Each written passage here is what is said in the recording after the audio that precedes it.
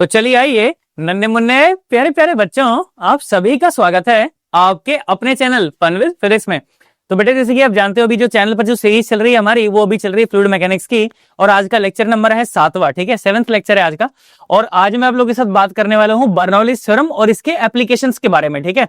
बहुत ही ज्यादा important lecture होने वाला है और बहुत ही जबरदस्त लेक्चर होने वाला है, ठीक है। और समझा देने की जिम्मेदारी वो तो मैं हमेशा कहता हूं कि मेरी है, परंतु नोट्स बनाने की जिम्मेदारी वो आपकी है। तो बढ़िया तरीके से कॉपी और पेन लेकर के बैठेंगे, रफ कॉपी लेकर के बैठेंगे साथ में। मैं बोलूं वीडियो को स्टॉप कर दे तो स्टॉप कर देना, ठीक है। मैं बोलूं सवाल सॉल्व कर तो कर लेना भाई साहब, नहीं तो कुछ भी समझ नहीं आएगा फिर, ठीक है। अच्छा, इससे जो पिछला जो लेक्चर था, लेक्चर नंबर 6, उसमें मैंने आप लोगों के साथ बात करी थी, पास्कल्स लॉ की बात करी थी, है ना, और इक्वेशन ऑफ कंटिन्यूटी की बात करी थी, और खूब सारे सवाल भी आपको मैंने कराए थे। जेईई मेंस में एडवांस में जो सवाल पूछे गए थे वो सारे के सारे सवाल मैंने आपको कवर करके दिए थे। एडवांस में कोई सवाल उसमें से आया नहीं था, मेंस का सवाल था वो, 2 सवाल 3 सवाल थे, वो मैंने आपको कवर करके दिए थे, ठीक है ना। और आज का भी लेक्चर भाई साहब बहुत शानदार होने वाला है। हालांकि आज सवालों की संख्या थोड़ी सी कम रहेगी, मेरा पढ़ाने का ज्यादा रहेगा, मेरा समझाने का ज्यादा रहेगा। तो मेरे साथ बने रहना भाई साहब। आज के लेक्चर में मेरा जो रोल है वो ज्यादा है, तुम्हारा रोल थोड़ा कम है, आज में मेरा रोल ज्यादा है। अगला जो लेक्चर होगा ना उसमें मैं कवर करूंगा इफ्लक्स वेलोसिटी, उसमें आपका रोल ज्यादा होगा, उसमें मेरा रोल नहीं होगा, उसमें आपका रोल ज्यादा होगा, आपसे कराऊंगा सारे काम, ठीक है ना। चलिए आ जाइए, तो शुरू करते हैं भाई साहब बढ़िया तरीके से, बर्नौलीज थ्योरम एंड एप्लीकेशंस, ठीक है। रेस नंबर 3 की जो सवाल है ना इसके बाद वो बनेंगे आपसे भी। रेस नंबर 4 मत लगाना, उसमें शायद सरफेस टेंशन वगैरह के भी सवाल है, वो आपसे नहीं होंगे। तो रेस नंबर 3 तक के जो सवाल है वो कंप्लीट कर लो। रेस नंबर 1, 2 और 3 वो अपने को कंप्लीट कर लेने, ठीक है ना। सर रेस कहां पर पड़ी है? अरे वो तो ऐप पर है, और ऐप कहां है? वो तो प्ले स्टोर पर है। तो प्ले स्टोर पर जाएंगे और आपकी अपनी ऐप फन विद फिजिक्स से डाउनलोड कर लेंगे और सवाल सॉल्व करेंगे। सवाल सॉल्व करेंगे यार, तभी तो कॉन्फिडेंस आएगा, बिना सवाल सॉल्व करे कॉन्फिडेंस कैसे आएगा, है कि नहीं। और जैसे चैप्टर खत्म हो जाए तुरंत क्या करना है, टेस्ट दे देना है। और टेस्ट सीरीज कहां है? वो भी आपके ऊपर पड़ी हुई है। चाहे मैं फुल लेंथ टेस्ट सीरीज चाहिए हो, फुल सिलेबस, वो भी पड़ी हुई है। चैप्टर वाइज चाहिए हो तो वो भी पड़ी हुई है। तो जाओ और जाकर के सॉल्व करो। और ऐप में वो सारे फीचर्स मौजूद हैं जिनमें आप डायरेक्ट मुझसे बात कर सकते हो, तो कोई टेंशन वाली बात है ही नहीं। जहां पर भी अटक जाओ, कोई डाउट आ जाए, कुछ आ जाए तो मुझसे पूछ लेना भाई साहब, मैं तो हुई, है ना। ज्यादा टाइम वेस्ट नहीं करते हैं, फालतू टाइम पास हो गया बहुत ज्यादा। बात कर रहे हैं बर्नौलीज थ्योरम के बारे में, ठीक है।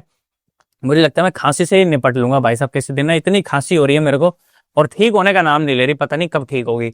आ जाओ, बर्नौलीज थ्योरम सुनो, ध्यान से सुनो बेटा, ध्यान से सुनो। बर्नौलीज थ्योरम, ठीक है, शानदार टॉपिक, मजेदार टॉपिक।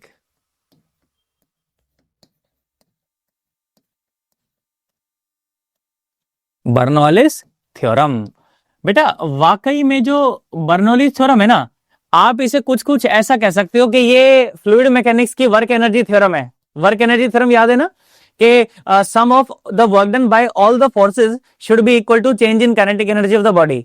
इसकी भी शुरुआत वहीं से ही होती है। तो ये एक प्रकार की वर्क एनर्जी थ्योरम समझ लो आप इसको, फ्लूइड मैकेनिक्स की उसी तरह से इस्तेमाल भी होती है, ठीक है।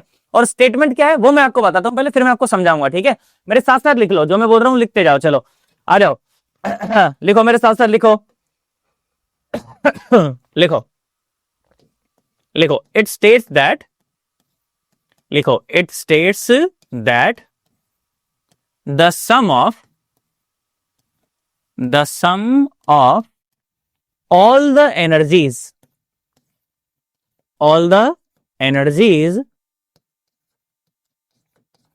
per unit volume, energy per unit volume की बात कर रहा हूं, ठीक है ना। Sum of all the energies per unit volume और अ मूविंग फ्लूइड, मूविंग कह लो, फ्लोइंग कह लो, जो आपका मन करे, है ना। फॉर अ मूविंग और फ्लोइंग फ्लूइड इज कांस्टेंट, ठीक है। ये कहती है कि लिक्विड में जितनी भी एनर्जीज हैं, एनर्जी पर यूनिट वॉल्यूम जो है एक फ्लोइंग फ्लूइड के लिए वो कैसी रहती है, कांस्टेंट रहती है। ये कहती है आपकी बर्नौलीज थ्योरम। और एक किताबी स्टेटमेंट और भी है, कई कई जगह आप ये भी पढ़ते हो। क्या पढ़ते हो? लिखो, ये भी लिख लो मेरे साथ साथ, लिख लो कि the sum of pressure head, the sum of pressure head, potential head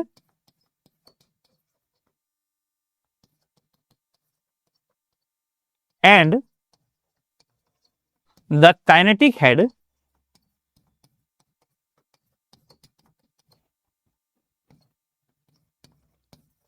remains conserved या remains constant, ठीक है। सर ये मतलब क्या होता है सर इस चीज का? मैंने कहा किस चीज का बेटा? तो बच्चा बोलता है सर ये प्रेशर हेड क्या होता है? सर ये पोटेंशियल हेड क्या होता है, और सर ये काइनेटिक हेड क्या होता है, तो मैंने कहा बताऊंगा बेटा, बाद में बात करेंगे इस बारे में, ठीक है। अभी के लिए इतना ही, क्या कि जितने किसी बहते हुए लिक्विड की जितनी भी एनर्जीज हो सकती हैं, वाकई में उसकी 3 एनर्जी होती हैं। कौन कौन सी? एक तो उसकी होती है काइनेटिक एनर्जी, एक होती है उसकी पोटेंशियल एनर्जी, और एक होती है उसकी प्रेशर एनर्जी, ठीक है। तो ये 3 एनर्जी पर यूनिट वॉल्यूम कैसी रहती है, बोला कांस्टेंट रहती है, ठीक है। यही बर्नौलीज थ्योरम की स्टेटमेंट है। बोलो बात समझ आ गई? अरे पक्का? देखो मैं थोड़ा थोड़ा आपको समझाने की कोशिश करता हूं, आपको बहुत मजा आएगा, सुनिए जरा ध्यान से देखिए। तो क्या बोला मैं ऐसे बोला कि बेटा मान ले कि जैसे ना हमारे पास ना ये मान लो धरती माता है बेटा, ठीक है। ये क्या है हमारे पास? धरती माता है, ठीक है। और धरती माता को मैं रेफरेंस लेवल की तरह ट्रीट करूंगा, रेफरेंस लेवल मतलब के 0 लेवल की तरह ट्रीट करूंगा, ठीक है। फिर मैंने क्या बोला, मैंने कहा एक काम करते हैं हम ना, एक पाइप का टुकड़ा मानते हैं, ठीक है। ये एक पाइप का टुकड़ा है, ठीक है, इस तरह से एक पाइप है ये, इस तरह से, ठीक है ना। देखो, और पाइप के जो देखो क्रॉस सेक्शनल एरिया है वो भी वेरिएबल है। यहाँ पर क्रॉस सेक्शनल एरिया कितना कम है और यहाँ पर क्रॉस सेक्शनल एरिया कितना ज्यादा है ना। और यहाँ पर ये ग्राउंड से ज्यादा ऊंचाई पर नहीं है, और यहाँ पर ग्राउंड से देखो कितनी ज्यादा ऊंचाई पर है ना। तो पोटेंशियल एनर्जी भी चेंज करेगी, जब पानी बह करके जाएगा तो काइनेटिक एनर्जी भी चेंज करेगी, प्रेशर भी चेंज करेगा, है कि नहीं। तो 3 एनर्जीज की बात मैं आपके साथ करूंगा, मजा आ जाएगा बिल्कुल, ठीक है। आ जा, देखो जी, तो मैंने बोला यहां पर कोई ना कोई क्रॉस सेक्शनल एरिया रहा होगा, और वहां ऊपर भी कोई ना कोई क्रॉस सेक्शनल एरिया रहा होगा, ठीक है। एक तो यार ये मैं फोनों से बहुत परेशान हूं, पता नहीं इतने फोन आते हैं, मैं तो बहुत ज्यादा परेशान हूं यार साला, है ना। यहां आ जाओ, देखो तो मैं ये कह रहा हूं कि बेटा यहां पर जो क्रॉस सेक्शनल एरिया है ना, इसको मैं A1 कह देता हूं, ठीक है। अच्छे से लिखते हैं थोड़ा सा, इसको मैं क्या कह देता हूं? A1 कह देता हूं, A1, ओके। ध्यान से सुन, यहां का जो क्रॉस सेक्शनल एरिया से मैंने क्या बोल दिया? A1, ठीक है। और यहां का जो क्रॉस सेक्शनल एरिया है ना, इसे मैं A2 बोल देता हूं, ठीक है। क्या बोल देता हूं? A2 बोल देता हूं, ठीक है। समझ आ गया ना, इसे मैं A2 बोल रहा हूं, ठीक है। अच्छा, यहां का जो प्रेशर है, जैसे अब इसके अंदर पानी एंटर करने वाला है ना, यहां पर क्या होने वाला है बेटा? ऐसे पानी एंटर करने वाला है अंदर, है ना। तो पानी किसी ना किसी रफ्तार से तो एंटर करेगा ही, तो पानी की रफ्तार को मैं V1 बोल देता हूं। क्या बोल देता हूं? V1, है ना। फिर पानी यहां से बहेगा और बहता हुआ यहां ऊपर तक ऐसे पहुंचेगा, धीरे धीरे ऐसे ना चढ़ता हुआ ऐसे ऊपर तक यहां पर ऐसे पहुंच जाएगा, है ना। और फिर यहां से ऐसे बाहर निकल रहा होगा, ठीक है।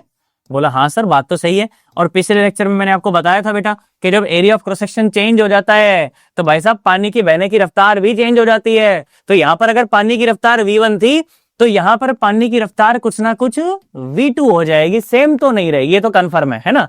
अच्छा, और बेटा अब यहां का जो प्रेशर है ना, इस जगह का जो प्रेशर है, इस प्रेशर को मैं बोल देता हूं P1, पानी का जो प्रेशर है। और यहां पर पानी का जो प्रेशर है उसे मैं बोल देता हूं P2। इसमें तो कोई दिक्कत नहीं है ना। आ जाओ और सुनो, और ये जो हाइट है ना बेटा, यहां पर ये जो हाइट है, इस हाइट को मैं बोल देता हूं H1, और इस हाइट को मैं बोल देता हूं मान लीजिए H2। बोलो सही है क्या? अरे पक्का है ना। इस हाइट को क्या बोल दिया? H1 बोल दिया। इस हाइट को क्या बोल दिया? H2 बोल दिया, ठीक है। ये तो हमारे को समझ आ गई, क्लैरिटी है इसमें तो, है ना, कोई दिक्कत नहीं है। अच्छा, पानी की जो डेंसिटी है इसको मैं यहां पर रो बोल देता हूं। क्या बोल देता हूं? रो। समझ आ गया है ना? पक्का। वेरिएबल सारे समझ आ गए। मैंने क्या बोला? यहां का area of cross section A1, रफ्तार V1, प्रेशर P1। यहां का area of cross section A2, रफ्तार V2 और प्रेशर P2। समझ आ गया।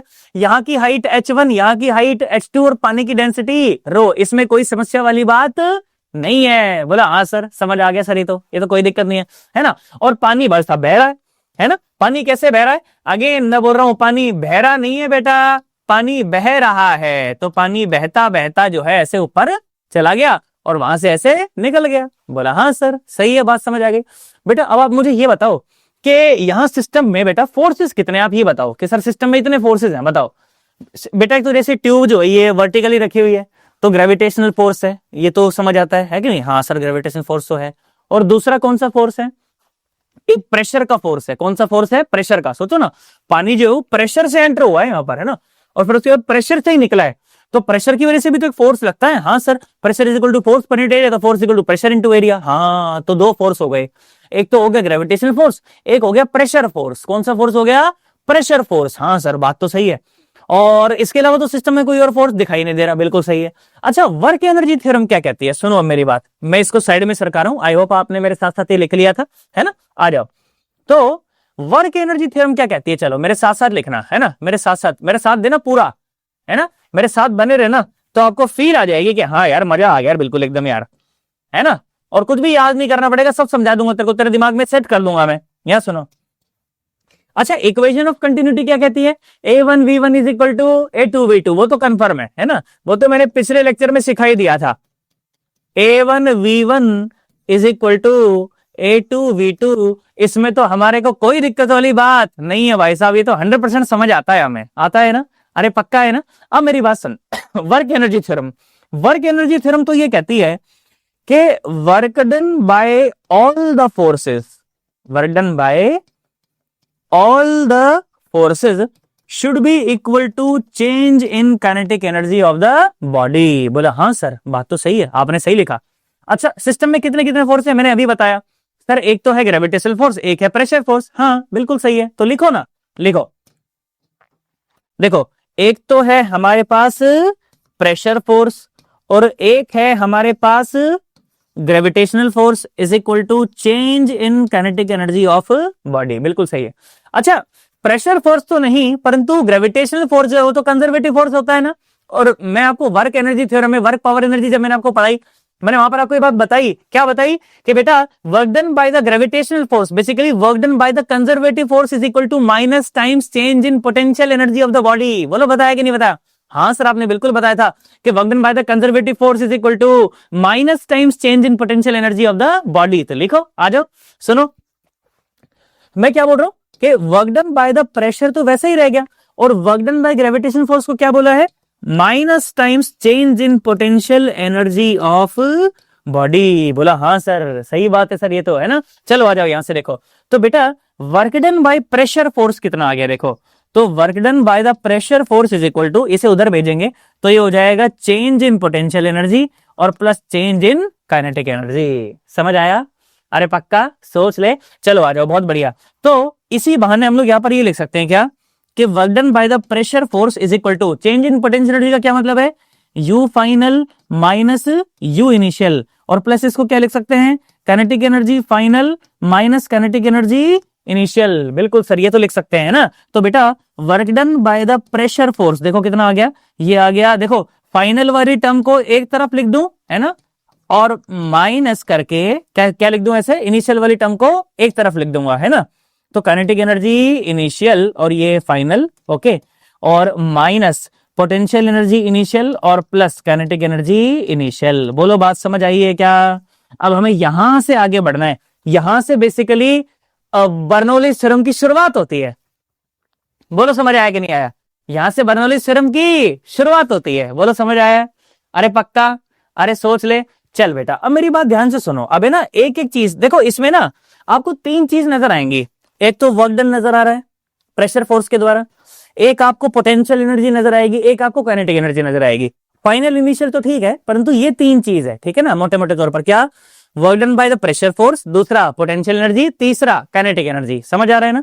अब इन्हीं तीन चीजों को मुझे रो के टर्म में और वी के टर्म में इस तरह से लिखना है, बस मेरा काम खत्म। वही बर्नौलीज थ्योरम होती है।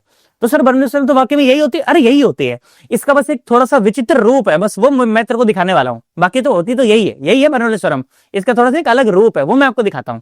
सही है क्या, पक्का सोच ले। अब मेरी बात सुन बेटा, work done by pressure force बात करनी है ना, ध्यान से सुन। तो यहां से पानी जो है वो प्रेशर लगा रहा है, बिल्कुल सही है, और P1 प्रेशर लगा रहा है। कितना प्रेशर लगा रहा है, P1 प्रेशर लगा रहा है। आप सोच के देखो बेटा, तो प्रेशर इज इक्वल टू क्या होता है, फोर्स पर यूनिट एरिया होता है। बिल्कुल हाँ सर, बात तो सही है। देख मैं तेरे साथ बात कर रहा हूं, थोड़ी सी ऑफ द बीट जाके बात कर रहा हूं, देख ध्यान से सुनना, फिर इसमें सेट कर दूंगा उसको। क्या बोल रहा हूं मैं बोल रहा हूं pressure is equal to force per unit area होता है, तो फोर्स इज इक्वल टू क्या हो जाएगा, प्रेशर इंटू एरिया, ठीक है। अच्छा इस फोर्स की डायरेक्शन क्या है, इस फोर्स की डायरेक्शन यही है, और पानी के फ्लो करने की भी डायरेक्शन यही है ना। तो जब डिस्प्लेसमेंट भी इधर है, फोर्स भी इधर है, तो वर्क डन तो पॉजिटिव होगा, वर्क डन तो पॉजिटिव होगा। सही बात है ना। अच्छा सोच के देख, तो बेटा T इज इक्वल टू 0 पर जो पानी यहां है, क्या थोड़े से टाइम बाद क्या वो पानी यहां पहुंच जाएगा। बिल्कुल सर, बात तो सही है। तो मैं कह रहा हूं मान लो at T is equal to D T, वो पानी यहां पहुंच गया, टी इज इक्वल टू 0 पर वो पानी यहां था। तो सोच v1 रफ्तार से, ध्यान से सुनना मैं क्या कह रहा हूं बेटा, मैं कह रहा हूं v1 रफ्तार से dt टाइम में ये कितनी दूरी ट्रेवल हो गई, ये दूरी है v1 dt। कितनी है? v1 dt। मतलब जो पानी पहले यहां था वो यहां आ चुका, तो इतना पानी भर चुका अंदर। बोलो बात समझ आ गई? बोला हाँ सर बात तो सही है। देख पा रहे हो ना आप इसे? हाँ बिल्कुल देख पा रहे हैं, बिल्कुल सही है। तो बेटा मुझे वर्क डन क्या लिखना चाहिए? प्रेशर फोर्स के द्वारा जो वर्क डन आएगा वो आता है फोर्स और इनटू डिस्प्लेसमेंट। अरे फोर्स इनटू डिस्प्लेसमेंट, यही बात होनी चाहिए। अब ध्यान से सुन, तो जो work done by pressure force लिखा जाएगा वो लिखा जाएगा P और A और डिस्प्लेसमेंट के नाम पर VDT, डिस्प्लेसमेंट के नाम पर VDT, है ना? अच्छा ये बात है, हाँ बिल्कुल ये बात है। बोलो बात समझ आ गई? अब सुनना, इस टर्म को लिखता हूं बेटा। यहां पर आप देखो तो यहां पर प्रेशर मतलब फोर्स की और लिक्विड फ्लो की दोनों की डायरेक्शन सेम है, परंतु जब पानी यहां कूद रहा है ना बेटा, सोच अगर जैसे पानी यहां पर पहुंचा और तू उस समय से पीछे से प्रेशर हटा दे तो ये पानी आगे कूदेगा पीछे रहेगा, वापस पीछे चला जाएगा, है कि नहीं? इसका मतलब कि कूदता हुआ पानी पीछे की तरफ प्रेशर लगा रहा है। समझो आप इस बात को। सर क्या समझे? ध्यान से सुन, जो पानी यहां पर कूदने वाला है, तू पीछे से प्रेशर हटा दे, जो मोटर चला रखी है उस मोटर को हटा दे, तो ये पानी आगे जाने के बजाय कहां चला जाएगा? पीछे। इसका मतलब कि जो कूदता हुआ पानी है ना, ये फोर्स कहां लगा रहा? पीछे लगा रहा। हाँ तभी तो पीछे जा रहा है वो। हाँ ये जो कूदता हुआ पानी है ना, ये कहां फोर्स लगा रहा है? पीछे फोर्स लगा रहा है और जा आगे रहा है, जा आगे रहा है। डिस्प्लेसमेंट आगे हो रहा, डिस्प्लेसमेंट आगे हो रहा और फोर्स पीछे लग रहा। तो यहां वाला जो वर्क डन है वो क्या लिखा जाएगा? नेगेटिव लिखा जाएगा। क्या लिखा जाएगा? नेगेटिव। ये बात है ना। अब आ जाओ, तो बेटा work done by pressure force, इसको नेट लिखना हो मेरे को तो क्या लिखना चाहिए? मुझे ऐसे लिखना चाहिए इस चीज को। ध्यान से सुनना, ध्यान से सुनना बेटा, ध्यान से पूरा फोकस यहीं सुनो। तो work done by pressure P1 plus work done by pressure P2 is equal to, फिर अगेन वही क्या कि U फाइनल और प्लस काइनेटिक एनर्जी फाइनल और माइनस U इनिशियल और प्लस काइनेटिक एनर्जी इनिशियल। बोला हाँ सर सही है ना? अच्छा work done by pressure P1 है ना, ये तो पॉजिटिव आएगा क्योंकि फोर्स भी आगे और डिस्प्लेसमेंट भी आगे।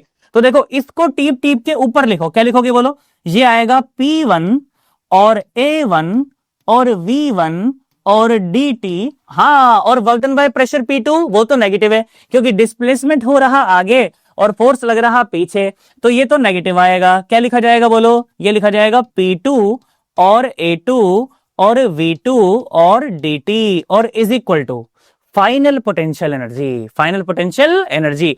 थोड़े से पानी के, ध्यान से सुनना, ध्यान सुनना बेटा, पूरा फोकस है, पूरा फोकस है। सुन बेटा, जो थोड़ा सा पानी यहां से एंटर किया तो क्या थोड़ा सा पानी यहां से लीव भी किया होगा? सोच T इज इक्वल टू 0 पर जो पानी यहां पर है, क्या वो T is equal to D2 पर यहां पहुंच गया होगा? मतलब T is equal to DT पर, है ना? At T is equal to DT वो पानी यहां पहुंच गया होगा। बिल्कुल सही है। अच्छा ये बताओ ये दूरी कितनी ट्रेवल हुई होगी? सर V2 रफ्तार से, तो ये दूरी सर V2 dt रही होगी। मैंने कहा हाँ बिल्कुल सही बात है, सही कह रहा है बेटा। सुनो डेंसिटी ऑफ जो पानी है ना वो आपको दी गई है। डेंसिटी क्या है बेटा? डेंसिटी हमें पता है क्या होती है? मास पर यूनिट वॉल्यूम होती है ना? बिल्कुल सही बात है। तो मास पर यूनिट वॉल्यूम होती है, तो मास की जगह पर मैं क्या लिख सकता हूं? रो इंटू वॉल्यूम लिख सकता हूं। बिल्कुल हाँ सर सही लिख सकते हैं। अब ध्यान से सुनो, तो पोटेंशियल एनर्जी के नाम पर तो mgh लिखना पड़ता है। क्या लिखना पड़ता है? mgh, है ना? आ जाओ अब तो m की जगह पर देखो, ध्यान सुनना, ध्यान सुनना बेटा, ध्यान सुनना। क्या लिखा? मैंने लिखा रो इंटू वॉल्यूम। मास लिख रहा हूं पहले, तो क्या लिख रहा हूं? मास। जीएच तो लिख ही दूंगा, पहले मास लिख रहा हूं, रो इंटू वॉल्यूम। अब यार ये वॉल्यूम कहां से लिखूं? बेटा मुझे इस वाले पानी की वॉल्यूम लिखनी है। मुझे क्या करना है? इस वाले पानी की वॉल्यूम लिखनी है। सोच अगर इस एरिया ऑफ क्रॉस सेक्शन को अगर इस लेंथ से मल्टीप्लाई कर दूं तो क्या मुझे वो वॉल्यूम मिल जाएगी? बोला हाँ सर। तो भाई साहब क्या लिखा मैंने लिखा A2 into V2 dt। A2 into V2 dt ये मास है, ये वो मास है जो dt टाइम में इससे बाहर निकल गया। सही है क्या? बोला हाँ सर। और साथ में G इंटू H, साथ में G इंटू H, और H की जगह पे क्या लिख दोगे? H2 लिख दोगे आप। क्या लिख दोगे? H2। ये U फाइनल है, ये क्या है? U फाइनल है। बोलो बात समझ आ गई? अच्छा अब काइनेटिक एनर्जी फाइनल लिखो, plus plus plus plus plus plus. आ जाओ, वो तो हाफ mv स्क्वायर होती है, तो क्या आ जाएगा बोलो? हाफ और मास, मास तो अभी लिखा है रे, कितना है, रो इंटू वॉल्यूम है, तो लिख दो, चिपका दो, रो इंटू, बोलो क्या लिखा जाएगा, A2 और V2 dt, ये तो मास है, ये तो क्या है, मास है। देखो मैं ऊपर लिख भी देता हूं ताकि आपको बाद में दिक्कत नहीं आए कि इतनी वाली टर्म तो मास की ही है, ये तो मास ही है ना, तो समझ आना चाहिए, है ना। आ जाओ यहां सुनो, आ जाओ जी, देखो तो ये आया है ना, ये तो मास हो गया, साथ में v स्क्वायर, साथ में v स्क्वायर, यहां की रफ्तार, यहां की रफ्तार तो v2 है, तो वही आ जाएगा क्या, v2 का स्क्वायर, ठीक है क्या, अरे पक्का, ये फाइनल फाइनल वाली टर्म लिख दी मैंने, ठीक है। फिर माइनस, अब इनिशियल वाली टर्म लिखता हूं मैं, चलो आ जाओ, इनिशियल में वही mgh, तो m तो ये रहा, ये क्या लिखा जाएगा बोलो, ये लिखा जाएगा रो और A1 और V1 dt, यही वो मास है कि नहीं। अरे सोचो, जहां पर 2 था वहां क्या चिपका दिया, 1 चिपका दिया, और साथ में GH1 और प्लस साथ में हाफ, और फिर से वही रो A1 V1 dt और साथ में V1 का स्क्वायर। आई होप आपको बात समझ आ गई होगी, आ गई है क्या, अरे पक्का, अरे सोच ले, चलो आ जाओ, और देखो, और देखो, और देखो बेटा, फिर बाद में मैं इसको ना इधर ले आऊंगा, डोंट वरी, आपको दिखाने के लिए, स्क्रीनशॉट लेने के लिए, डोंट वरी, इधर ले आऊंगा, है ना।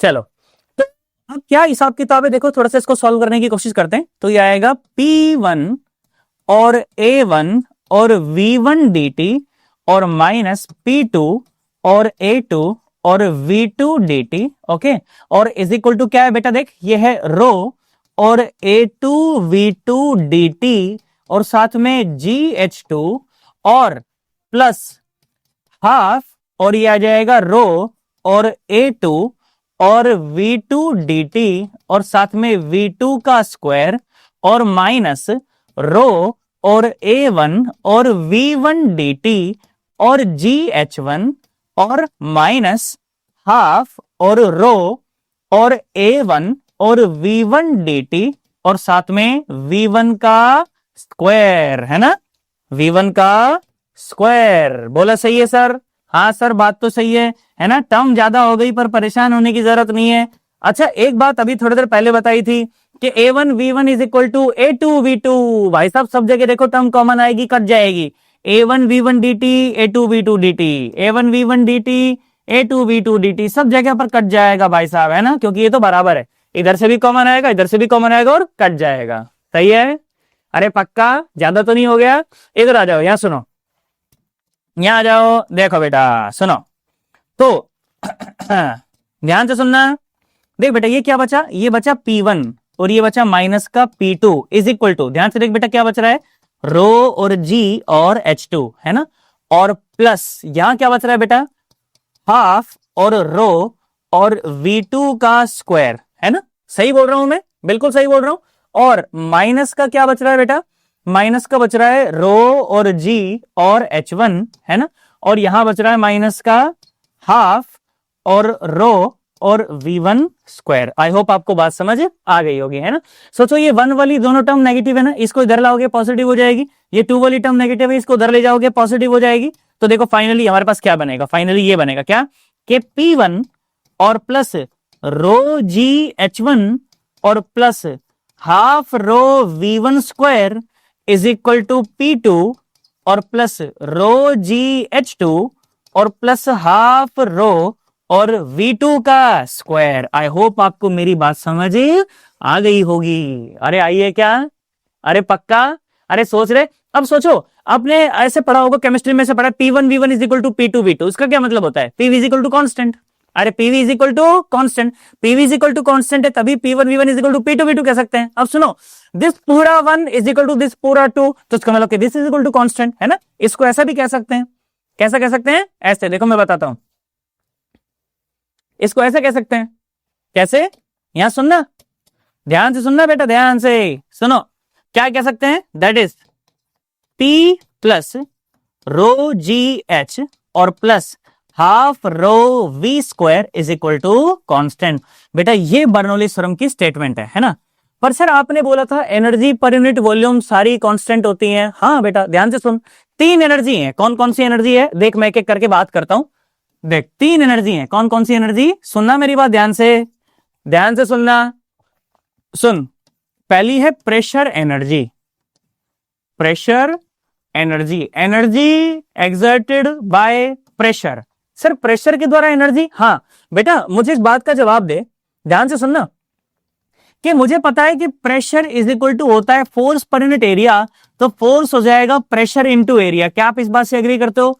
बोला हाँ सर बात तो सही है, फोर्स ऐसा हो जाएगा। अच्छा वर्क डन और एनर्जी एक ही बात है, इस बात से भी एग्री करते हो, है ना? तो अगर मैं इसके द्वारा एनर्जी लिखना चाहूं तो वो एनर्जी आएगा प्रेशर इंटू ए इंटू सम डिस्प्लेसमेंट, इस तरह से लिख सकता हूं। हाँ तो बेटा जो एनर्जी पर यूनिट वॉल्यूम आएगी, क्या वाकई में वो PAL और डिवाइडेड बाय वॉल्यूम ही आएगी? हाँ। और बेटा A इंटू एल और वॉल्यूम एक ही चीज होती है, इसका मतलब कि pressure also have the dimension of energy per unit volume. हाँ, which is also called pressure energy, which is also called pressure energy. तो अगर मैं कहूं कि अगर किसी सिस्टम में प्रेशर P है तो pressure energy per unit volume कितनी है? P ही है। कितनी है? P ही है। अगर मैं कहूं कि किसी सिस्टम में प्रेशर P है तो pressure energy per unit volume कितनी है? P ही है। मुझसे बोलो, समझ आया? अरे पक्का। उसी तरह से ध्यान से देख, तो ये जो पहली वाली जो टर्म है, इस मतलब कि इस इक्वेशन में जो पहली जो टर्म है, this represents the pressure energy, this represents the pressure energy per unit volume, pressure energy per unit volume. उसी तरह से बेटा जो दूसरी जो टर्म है, देखो ध्यान से देखो, potential energy per unit volume, potential energy per unit volume. तुम्हें तो ये बात पता ही है कि पोटेंशियल एनर्जी mgh के बराबर होती है, तो पर यूनिट वॉल्यूम की बात करूंगा तो यहां पर इसको वॉल्यूम से डिवाइड कर दूंगा, और मास पर यूनिट वॉल्यूम क्या होता है? रो होता है। बिल्कुल सही है, तो रो जी एच। ओ हो, इसका मतलब कि जो दूसरी जो टर्म है इट रिप्रेजेंट्स, बोलो, potential energy per unit volume, potential energy per unit volume.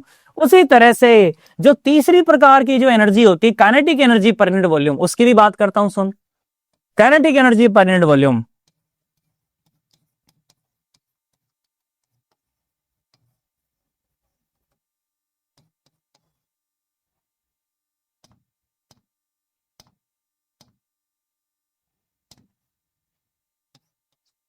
सुनो, तो काइनेटिक एनर्जी क्या होती है बताओ? काइनेटिक एनर्जी होती है हाफ mv², और अगर पर यूनिट वॉल्यूम की बात करूं तो दोनों तरफ वॉल्यूम से डिवाइड करना चाहिए, और मास पर वॉल्यूम क्या होता है? रो होता है। तो ये क्या हो जाएगा? हाफ रो और v², जो कि ये थर्ड टर्म है। इसका मतलब कि जो थर्ड टर्म है इट रिप्रेजेंट्स, बोलो क्या रिप्रेजेंट करती है? Kinetic energy per unit volume. इसीलिए स्टेटमेंट बोला गया था कि sum of all the energies per unit volume for a moving fluid remains constant. Pressure energy per unit volume मैं लिख देता हूं, है ना? Pressure energy per unit volume, pressure energy per unit volume को रिप्रेजेंट करती है ये टर्म। ये किसको रिप्रेजेंट करती है? Potential energy per unit volume को रिप्रेजेंट करती है ये टर्म। और ये टर्म किसको रिप्रेजेंट करती है? Kinetic energy per unit volume. तो ध्यान से देखो कि pressure energy per unit volume plus potential energy per unit volume plus kinetic energy per unit volume क्या रहता है? कांस्टेंट रहता है। और ये हमें याद रहना चाहिए that P plus rho G H plus half rho V square is equal to constant. P plus rho G H plus half rho V square is equal to constant. P plus rho G H plus half rho V square is equal to constant. मुंह से बोलो, अरे समझ आया? अरे पक्का। Sir वो आपने एक हेड वेड की और बात करी थी, सर वो क्या था? सुन मेरी बात, देख ध्यान से देख, इधर आ जा, ध्यान से देखना, ध्यान से देखना। स्टेटमेंट देखो क्या है? P और प्लस रो जी एच और plus half rho V square is equal to constant. यही बोला था ना मैं? अरे पक्का। अरे सोच ले बेटा, मैं कह रहा हूं कि इस पूरी इक्वेशन को ना तू रो जी से डिवाइड कर दे। क्या कर दे? रो जी से डिवाइड। सोच, इसको भी रो जी से डिवाइड कर दे, इसको भी रो जी से डिवाइड कर दे, और इसको भी रो जी से डिवाइड कर दे, और इसको भी रो जी से डिवाइड कर दे। तो कांस्टेंट तो रो जी से डिवाइड होगा, रो जी तो पहले कांस्टेंट, तो एक नया कांस्टेंट बन जाएगा, रहेगा कांस्टेंट ही, है ना? तो ये इक्वेशन ऐसा एक रूप ले लेती है। कैसा रूप ले लेती है? ध्यान से देखो, ऐसा क्या कि P प्लस रो जी और प्लस यहां पर क्या बच जाएगा? सिर्फ H बच जाएगा, और यहां क्या बच जाएगा? हाफ और वी स्क्वायर और डिवाइडेड बाय जी, है ना? यही बच जाएगा ना, वी स्क्वायर बाय 2g, है ना? तो V square by 2g is equal to a constant. सही है क्या बेटा? इस इक्वेशन में ये जो पहला फैक्टर है ना, ये पहला फैक्टर, इसे कहते हैं प्रेशर हेड। ठीक है, क्या कहते हैं इसको? प्रेशर हेड कहते हैं बेटा, नाम है इसका प्रेशर हेड। और हर एक हेड के जो डायमेंशन है आप देखोगे वो डिस्टेंस के हैं। ठीक है क्या? दूरी के डायमेंशन है, देख लो आप, ये भी h है, ये भी दूरी है और ये भी दूरी है, p बाय रो जी दूरी निकलेगी, है ना? ये क्या है बेटा? ये है पोटेंशियल हेड। ठीक है, क्या है ये? पोटेंशियल हेड है ये। ठीक है, और ये क्या है बेटा? ये है काइनेटिक हेड। ओके, इस तरह से इसको लिखा जाता है। तो क्या बोला था मैंने स्टेटमेंट? कि sum of the pressure head, potential head and kinetic head remains constant. चाहे तो आप इसे ऐसे याद कर लो, बाकी ये इसकी ज्यादा पॉपुलर फॉर्म है, ज्यादा चर्चित फॉर्म है। क्या?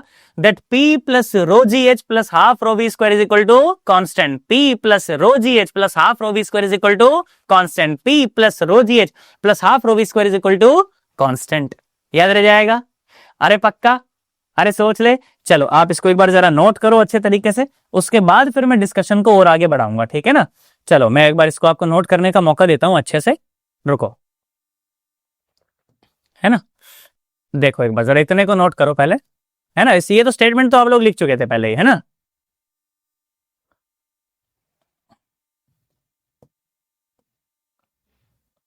लो आराम से इसका स्क्रीनशॉट लो एक बार, बढ़िया तरीके से एकदम, है ना? अच्छे तरीके से स्क्रीनशॉट लो, उसके बाद आगे बढ़ेंगे।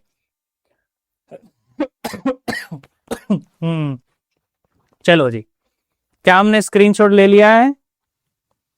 अरे पक्का? बाकी का भी दिखाऊं? है? आ जा, यहां आ जा, यहां आ जाओ, बाकी का भी ले लो, है ना? लो, इसका तो हो गया था, इसका भी ले लो, देखो अगर कुछ रहता है तो फिर और दिखा दूंगा, है ना? Don't worry. इसका ले लो स्क्रीनशॉट, हो गया? पक्का? चलो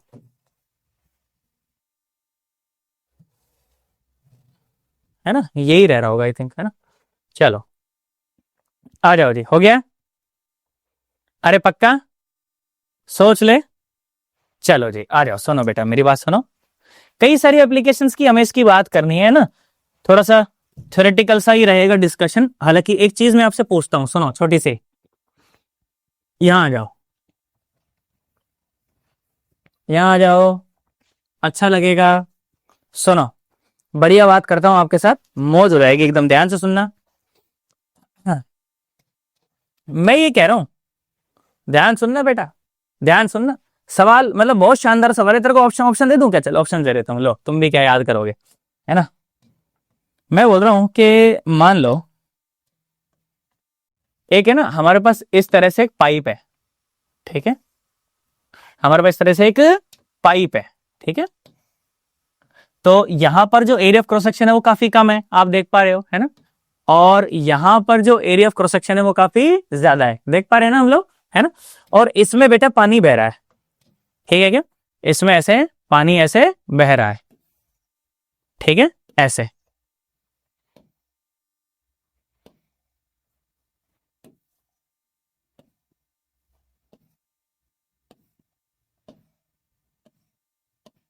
ठीक है, इसमें पानी ऐसे बह रहा है, समझ गए क्या? पानी के बहने की डायरेक्शन ऐसे बह रहा है पानी, समझ गए ना? ऐसे। ठीक है, चलो यहां का जो एरिया ऑफ क्रॉस सेक्शन है उसे A1 बोल देते हैं, और यहां का जो एरिया ऑफ क्रॉस सेक्शन है उसे A2 बोल देते हैं। ठीक है, यहां का एरिया ऑफ क्रॉस सेक्शन हो गया A1, यहां का जो एरिया ऑफ क्रॉस सेक्शन है वो हो गया A2। और मुझे पता है कि area of cross section change होती है तो रफ्तार भी चेंज हो जाती है। मैं कह रहा हूं कि यहां पर जो पानी की जो रफ्तार है उसे V1 बोल देते हैं, और यहां पर जो पानी की रफ्तार है उसे V2 बोल देते हैं। सही है? अब देख मैंने तेरे को क्या बोला, मैं तेरे को ये कह रहा हूं क्या, कि हमारे पास ना ये एक हॉरिजॉन्टल लाइन है, बिल्कुल हॉरिजॉन्टल है ये, समझ गए? मतलब सेम लेवल है ये पूरा का पूरा, पूरी लाइन पर जो लेवल है वो सेम है। और मैं कह रहा हूं कि यहां पर एक पॉइंट है A पॉइंट, ठीक है, और यहां पर एक पॉइंट है B पॉइंट। ठीक है, A पॉइंट पर जो प्रेशर है उसे PA बोला गया, और B पॉइंट पर जो प्रेशर है उसे PB बोला गया। बात समझ आ गई? आपसे सवाल ये पूछना चाहता है, ध्यान से सुनना। क्या सवाल पूछा है? कि इस प्रेशर के ऊपर आपको कमेंट करना है कि क्या ये प्रेशर जो है दोनों क्या ये बराबर हैं, या ए पर प्रेशर ज्यादा है और बी पर प्रेशर कम है, या ए पर प्रेशर कम है और बी पर प्रेशर ज्यादा है, या फिर डेटा इनसफिशिएंसी? चलो बताओ बताओ, कमेंट करो नीचे आंसर फटाफट से कि सर ये आंसर आ रहा था। बनौली स्वरम के अगला जो सवाल आपने कराया उसका ये आंसर आ रहा था। बोलो अनीता, बबीता, चंपा, डॉली, बोलो ए बी सी डी क्या आना चाहिए बताओ। दोनों पर प्रेशर सेम होगा, ए पर प्रेशर ज्यादा होगा या बी पर प्रेशर ज्यादा होगा, या पता नहीं, कह नहीं सकते हैं क्या होगा। बोलो किस पर प्रेशर ज्यादा है बताओ। सोच ले आंसर, अरे पक्का सोच ले, सोचा है कि नहीं सोचा बता। अच्छा अब सोचो, बच्चा पता है क्या सोचता है, बच्चा सोचता है यार यहाँ पर यार मतलब इतना ज्यादा मतलब बेचा बेचा सा मुंह है, तो यार यहाँ पर तो पानी का प्रेशर ज्यादा होना चाहिए, है कि नहीं भाई। नॉर्मल बात है, यहाँ पर सर पानी का मुंह कितना बेचा हुआ है ना, पानी कितनी तेजी से निकल रहा है, तो यहाँ का प्रेशर ज्यादा होना चाहिए, पर नहीं है, नहीं है प्रेशर भाई साहब ज्यादा। पानी हमेशा हाइयर प्रेशर से लोअर प्रेशर की तरफ बहता है, याद रखना इस बात को। पानी कैसा बहता है, हाइयर प्रेशर से लोअर प्रेशर की तरफ। कैसा बहता है, हाइयर प्रेशर से लोअर प्रेशर की तरफ बहता है। मित्रों के बाद मैथमेटिकली प्रूव कर सकता हूं, कोई खास बात नहीं है, परंतु आप हमेशा के लिए याद रखो आज के बाद क्या, कि water flows from fluid from, है ना वो क्या साला वाटर, क्या कोई भी फ्लूइड ऐसे बहता है, कैसे fluid, fluid flows from higher pressure region to lower pressure region, higher pressure region to lower pressure region। बोला सर देख के तो समझ नहीं आ रहा, देख अभी समझा दूंगा, क्या टेंशन ले रहा है। लोअर प्रेशर रीजन, इसका मतलब कि जो ए पॉइंट पर जो प्रेशर है वो ज्यादा है और बी पॉइंट पर प्रेशर कम है। बोलो समझ आया। अरे पक्का सर कैसे समझू, बर्नौली थ्योरम लगा, देख 1 मिनट में समझ आएगा। सर बर्नौली थ्योरम हाँ क्या कहती है कि P plus rho G H और plus half rho V square is equal to constant. बोलो बात समझ आ गई, बोला हाँ सर बात समझ आ गई।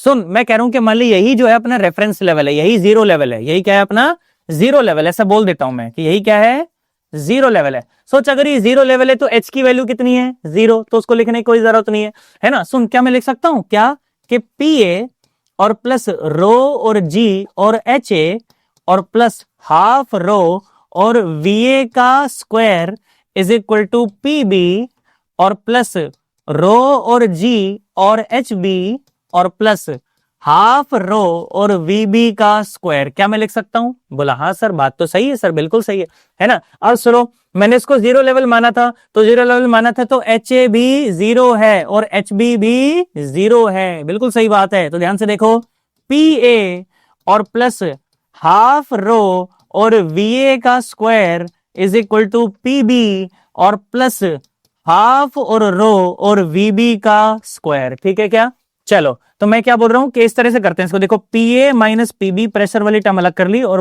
वेलोसिटी वाली अलग कर ली, तो हाफ रो कॉमन आ गया और वी बी स्क्वायर और माइनस वी ए स्क्वायर। सही है क्या।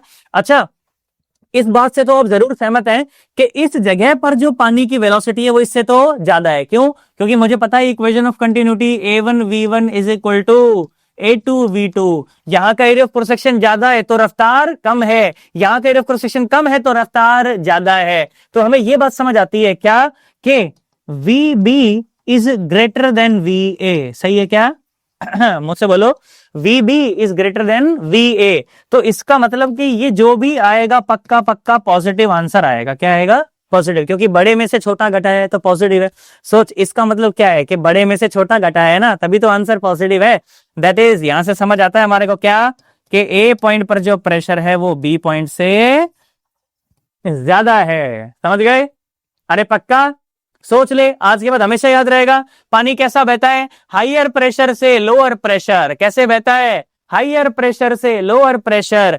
इसका मतलब कि भाई साहब यहां का जो प्रेशर है वो ज्यादा है, ये हाइयर प्रेशर रीजन है, ये लोअर प्रेशर रीजन है। समझ आ गया पक्का। अच्छा मुझे बात बता, रफ्तार यहां ज्यादा है कि यहां ज्यादा है, यहां ज्यादा है। ओ यहां से कॉन्सेप्ट और समझ आता है कि जब फ्लूइड की वेलोसिटी बढ़ जाती है, उस जगह पर प्रेशर ड्रॉप हो जाता है, उस जगह पे प्रेशर ड्रॉप हो जाता है। मतलब अगर फ्लूइड की रफ्तार बढ़ेगी तो प्रेशर कम हो जाएगा, फ्लूइड की रफ्तार बढ़ेगी तो प्रेशर कम हो जाएगा। याद रखना इस बात को, मैं क्या कह रहा हूं, फ्लूइड की रफ्तार बढ़ेगी तो प्रेशर कम हो जाएगा। जिस रीजन में फ्लूइड की रफ्तार ज्यादा होगी वहां प्रेशर कम होगा। बात समझ आ गई? जिस रीजन में फ्लूइड की रफ्तार ज्यादा होगी वहां पर प्रेशर कम होगा। जिस रीजन में फ्लूइड की रफ्तार कम थी वहां प्रेशर ज्यादा था। तो एक कॉन्सेप्ट यहां से हमें यह भी सीखने के लिए मिलता है। क्या सीखने के लिए मिलता है? यह सीखने के लिए मिलता है क्या? क्या? ध्यान से सुनना, ध्यान से सुनना। The region in which fluid velocity या फ्लूइड स्पीड बोलते हैं चाहिए, fluid speed is higher, pressure will be lower. Pressure in that reason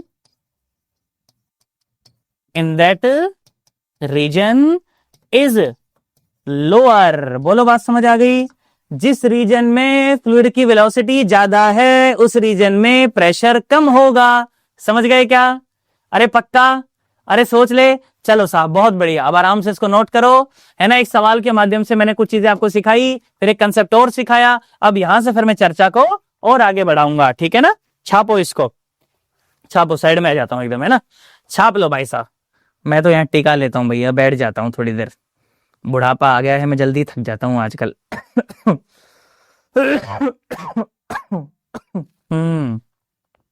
चलो जी, छाप लिया हमने। अरे पक्का? अरे सोच ले। पक्का जी? आ जाओ जी। सुनो, इसके बाद बात कर रहा आपके साथ एटमाइजर की। एक यंत्र होता है एटमाइजर। एटमाइजर कुछ नहीं, ऐसे फुसफुस होता है, फुसफुस। वो याद है, वो सेंट की बोतलों के ऊपर पहले आता था ऐसे फुसफुस। आजकल तो दबाने वाले आ गए भाई, पहले गोला गोला आता था फुसफुस, उसको दबाते थे तो फ्लूइड बाहर आता था। कैसे?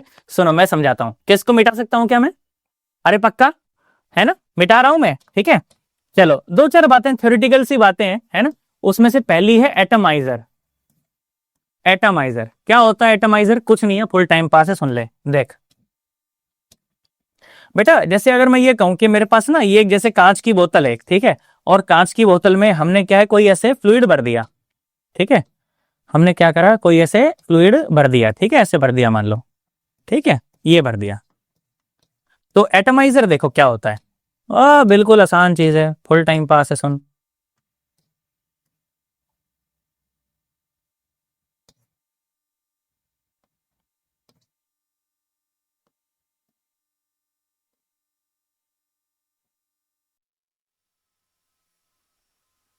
सही है, क्या बना दिया अभी बताता हूं, देख।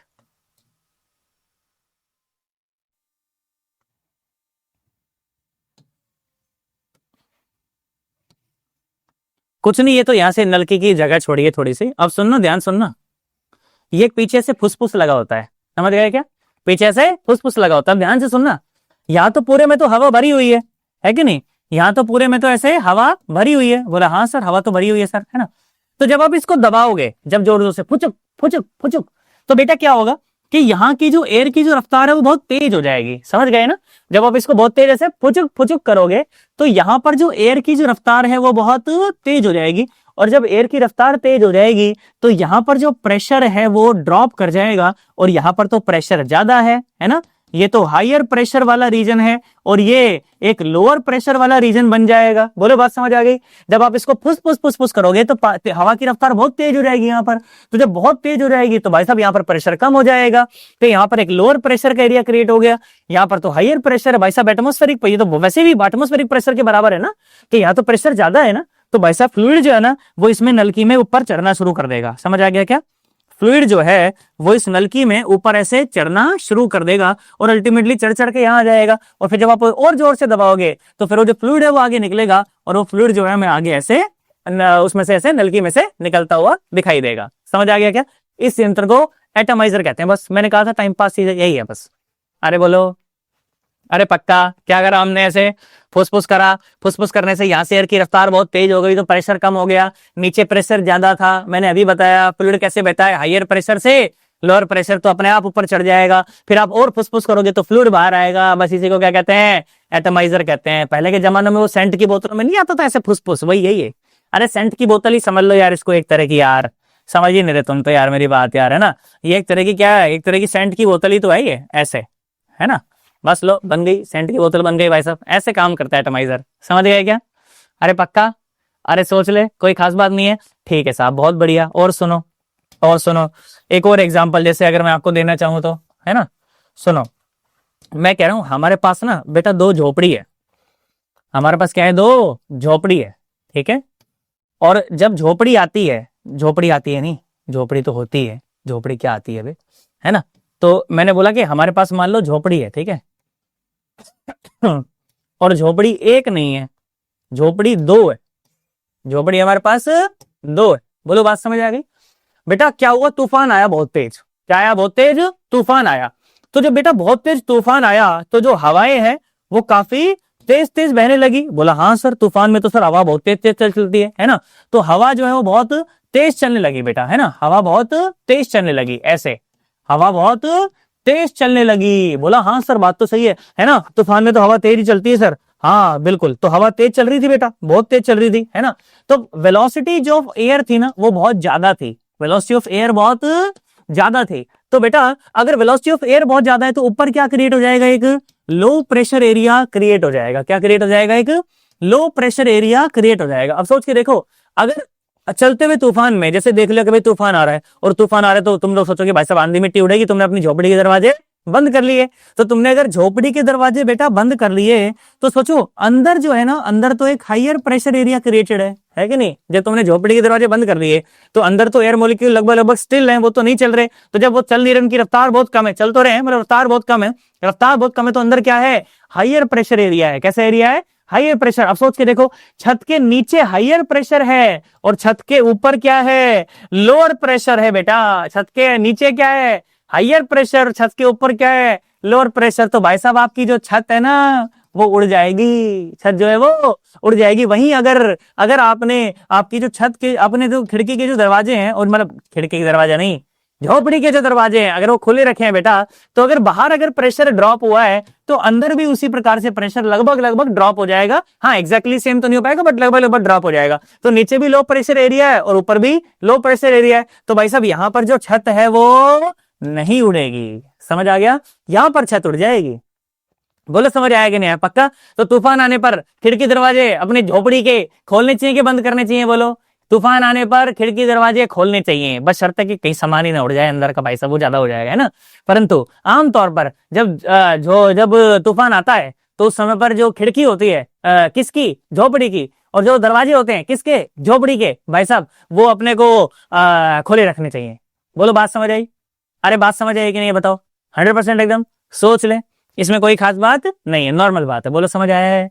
अरे 100% एकदम सोच ले, बहुत बढ़िया साहब, है ना। अच्छा इसमें और बात कर सकते हैं, और बात करता हूं मैं थोड़ी सी आपके साथ मैग्नस इफेक्ट की, ठीक है। उसके बाद बात करूंगा वेंचुरी मीटर की, ठीक है। सुनो अभी तक हमें इतनी बात समझ आ गई कि अगर वेलोसिटी ऑफ फ्लूइड ज्यादा है तो प्रेशर कम हो जाएगा, है ना, और वेलोसिटी ऑफ फ्लूइड अगर कम है तो प्रेशर ज्यादा हो जाएगा। समझ आ गया?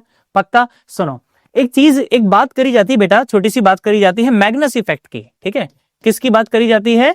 मैग्नस इफेक्ट की, ठीक है। ध्यान से सुनना, ध्यान से सुनना, पूरा फोकसिंग बेटा।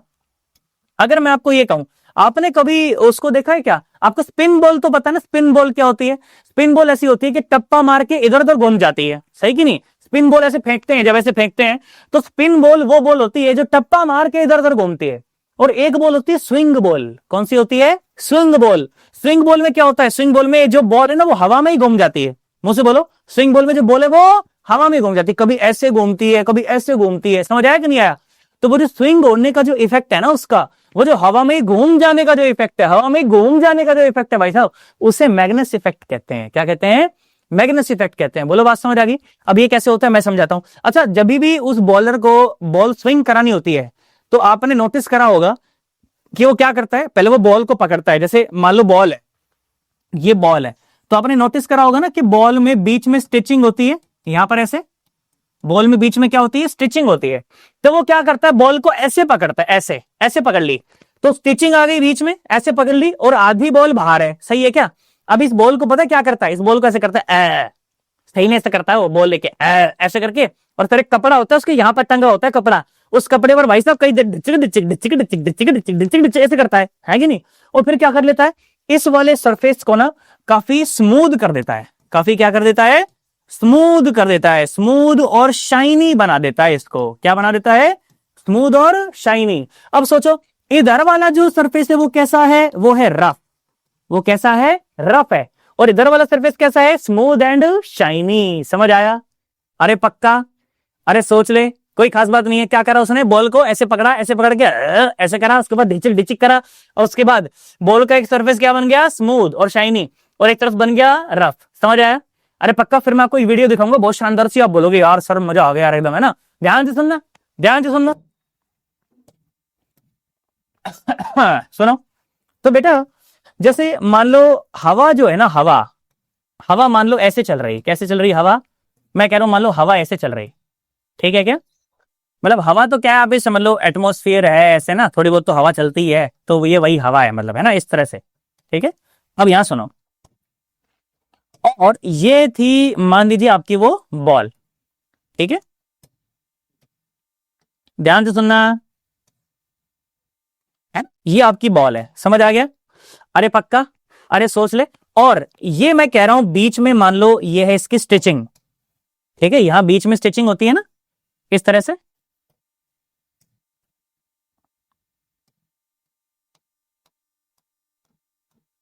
ऐसे, है ना, ये वो बॉल है मान लो, समझ आ गया? अब सोचो मान लो कि अगर उस बॉलर में जो है ना, बॉल को मान लो ऐसे फेंका है, ऐसे फेंका है कि इस तरह से घुमा करके, ऐसे ऐसे फेंका है, इस तरह से घुमा करके फेंका है किसी ना किसी ओमेगा से, समझ आ गया? और एयर तो चली रही है, एयर तो बह ही रही है, मान लो किसी भी रफ्तार v से बह रही है, मान लो एयर तो, समझ आ गया? अरे पक्का। अब सोच बेटा, अगर अगर ध्यान से सुनना, मैं कह रहा हूं कि ऊपर वाला जो हिस्सा है, मैं बोल रहा हूं वो मान लो थोड़ा स्मूथ और शाइनी है, ऊपर वाला सरफेस कैसा है, स्मूथ और शाइनी, ध्यान सुनना। तो बेटा स्मूथ और शाइनी होगा ना, तो एयर के जो मॉलिक्यूल है उसके साथ चिपकेंगे, है ना, जितना ज्यादा स्मूथ होगा, चिकना सरफेस होगा, एयर के मॉलिक्यूल उसके साथ चिपकेंगे। तो सोच एयर के वो मॉलिक्यूल, मुझे पता है बॉल की रफ्तार ज्यादा है कि हवा की रफ्तार ज्यादा है, सर बॉल की रफ्तार बहुत ज्यादा होती है, हाँ बिल्कुल सही है। तो सोचो एयर के वो मॉलिक्यूल जो इस बॉल के साथ चिपकना चाहेंगे, है ना, एयर के वो मॉलिक्यूल जो इस बॉल के साथ चिपकना चाहेंगे, सोचो उनकी रफ्तार, वैसे बॉल के मतलब जो हर एक मॉलिक्यूल है, इस समय देखो बॉल भी ऐसे ही घूम रही है ना, रोटेशन अगर आप पढ़ के आए हो आपको समझ आएगा कि इस पॉइंट की रफ्तार इस तरफ है ना, ओमेगा आर है, अगर आर इसकी रेडियस है तो ओमेगा आर है, और प्लस एयर की रफ्तार जो है वो तो वी है ना। उसी तरह से जब ये घूम करके नीचे आएगा तो यहां पर देखो ओमेगा आर इस तरफ होगा और v तो इस तरफ है, तो यहां पर जो v नेट है, यहां पर जो v नेट है वो है v माइनस ओमेगा आर, सही है क्या? बहुत अच्छा बोलो तो ओमेगा आर माइनस v बोलना चाहिए, क्योंकि ओमेगा आर ज्यादा है, तो मतलब कि नीचे तो एयर इस तरफ रफ्तार हो जाएगी, कितनी, ओमेगा आर और माइनस v, और एयर मॉलिक्यूल की नेट रफ्तार इस तरफ हो जाएगी, और ऊपर तो ओमेगा आर प्लस v। सोचने वाली बात क्या है कि यहां जो ऊपर की जो एयर है ना, ये जो ऊपर की जो एयर है इसकी जो रफ्तार है वो ज्यादा हो जाएगी, और ये जो नीचे की जो एयर है इसकी जो रफ्तार है वो कम हो जाएगी। बोला हाँ सर, बात तो सही है, ऊपर वाली जो एयर इसकी रफ्तार ज्यादा हो जाएगी और नीचे वाले जो एयर इसकी रफ्तार कम हो जाएगी। बेटा अगर ऊपर जो बॉल है अगर इसकी रफ्तार ज्यादा हो जाएगी तो यहां पर प्रेशर ड्रॉप कर जाएगा, और यहां पर रफ्तार कम होगी तो यहां पर प्रेशर इंक्रीज कर जाएगा। हाँ सर, बात तो सही है। तो जो बॉल बेटा ऐसे जाना चाहती थी, ध्यान से सुनना मेरी बात, मैं क्या कह रहा हूं कि जो बॉल ऐसे जाना चाहती थी, अब सुनो, इस प्रेशर डिफरेंस की वजह से, ध्यान से सुनना मैं क्या कह रहा हूं, ध्यान से सुनना मैं क्या कह रहा हूं कि भाई साहब ऊपर प्रेशर कम हो गया, नीचे प्रेशर ज्यादा है, तो ज्यादा प्रेशर है तो वो धकेलेगा उसको ऊपर की तरफ, और वहां प्रेशर कम है तो जिस बॉल को सीधा जाना चाहिए था वो हवा में ही ऐसे घूम जाएगी। बोलो समझ आया कि नहीं आया? हाँ साला, ये मैग्नेस इफेक्ट होता है। ये क्या होता है? मैग्नेस इफेक्ट होता है कि बॉल को जाना तो था सीधा, परंतु ऊपर प्रेशर कम हो गया, नीचे प्रेशर ज्यादा हो गया, तो ढकेल दिया उसने उसको, और ढकेल दिया तो वो बॉल ऐसे ट्रेजेक्टरी पर निकल ली। समझ आया कि नहीं आया? अरे बोलो, अरे पक्का। अब एक शानदार सी, मेरे पास टाइम है भी, एक शानदार सी मैं आपको वीडियो दिखाता हूं, देखो, फिर आप मेरे साथ कनेक्ट कर पाओगे, है ना, कि सर ने सही बोला यार, है ना। यहां सुनो, डेंचक डेंचक डेंचक, यहां आ जाओ, आ जाओ। ये देखो क्या है ये वीडियो, सुनो। इस वीडियो में ना बेसिकली क्या हो रहा है, देखो मैं आपको बताता हूं कि ये एक बॉल है, फुटबॉल है बेसिकली, बड़ी फेमस वीडियो है ये। मैं इसको थोड़ा बड़ा कर सकता हूं क्या? हाँ हो तो सकती है शायद, है ना। नहीं, बड़ी हो पाएगी कि नहीं हो पाएगी बे? हाँ हो पाएगी। अच्छा सुनो, तो बेसिकली क्या है कि एक बॉल है, ये क्या है, एक बॉल है, और ये एक डैम है बेसिकली। देख रहे हो नीचे कितनी गहराई है और सामने पानी भरा हुआ है। तो इन्होंने क्या करा, एक बॉल को जस्ट ऐसे फेंका, बिल्कुल ऐसे छोड़ दिया पहले तो। जैसे इस बॉल को छोड़ा ना, तो ये बॉल लगभग लगभग वहीं कहीं गिरी, बिल्कुल थोड़ा बहुत इधर उधर तो होगी हवा की वजह से, पर लगभग लगभग एक वहीं कहीं गिर जाएगी। पर अगली बार में क्या करेंगे, इस बॉल को ऐसे घुमा करके छोड़ेंगे, तो घुमा करके छोड़ेंगे तो अब देखना ये बॉल वहां चली जाएगी। देखो छोड़ा कहां है, बहुत बहुत गहराई है, ये बहुत गहराई है, छोड़ छोड़े छोड़ा कहां है, वहां तक चली जाएगी। अगली बार में आप ये देखोगे, पहली बार में तो देखना वहीं कहीं गिरेगी। सुनो कहां, देखो, एक मिनट, ये देखो, तो ये गिर गई, देखो बॉल, है ना, वहीं कहीं गिर गई, है ना, घूमती घामती घूमती घामती वहीं कहीं गिर गई। मैंने कहा ले भाई, ओ गिर गई। अब देख, अब देख, ड्र, ये देख कहां गई, इतना नहीं, देख कहां गई, ओ साला, अरे ओ साला देख, ओ कहां गया, ये टप्पा मारे कहां गई, देख, है कि नहीं। ये मैग्नेस इफेक्ट है, समझ आया कि नहीं, बताओ फिर से देखो, है ना, फिर से, पहले तो वहीं गिर गई, ऐसे गिरी तो गिर गई, है ना, फिर घुमा के छोड़ेंगे, ये देखो, ये साला, गिर गई साला, ये गिर गई। अब देखो, अब देखो, अब देखो, दूर, ये देख, समझ आया नहीं है, बताओ, है ना। बस ये मैग्नेस इफेक्ट है, ऐसे होता है काम भाई साहब, है ना, ये बात। और इसके पीछे की जो फिजिक्स है वो मैंने आपको सिखाई दी है कि कैसे होता है कि नहीं।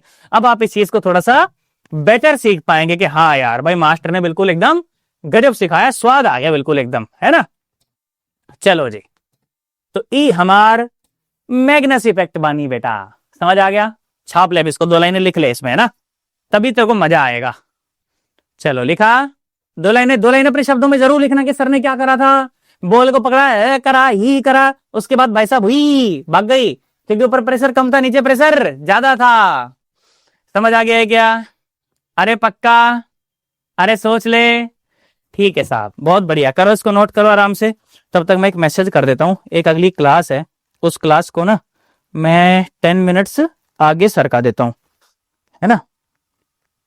1 मिनट, 1 मिनट, 1 मिनट, हाँ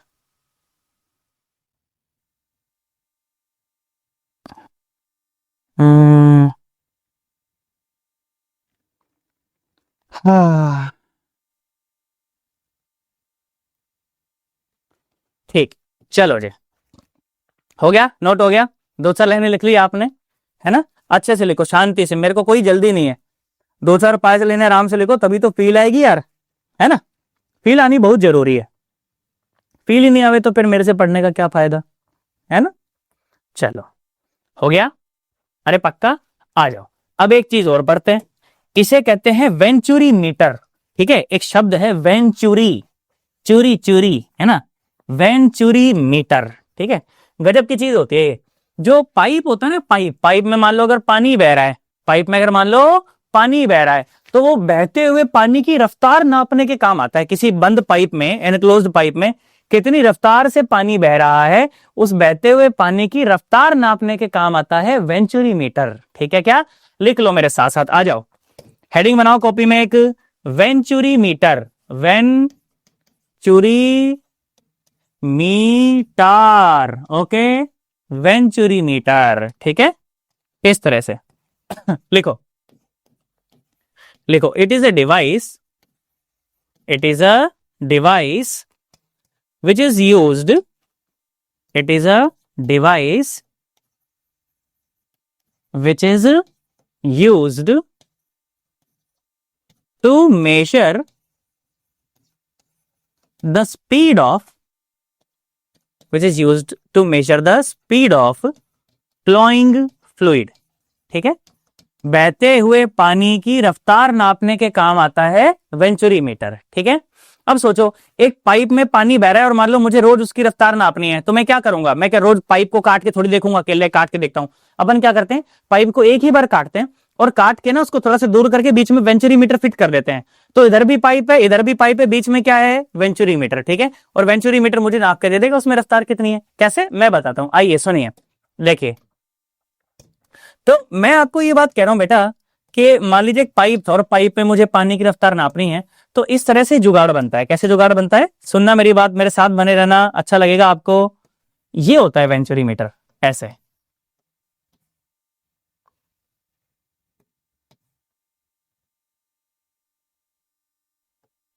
देखो ये डमरू सा बना रहा हूं एक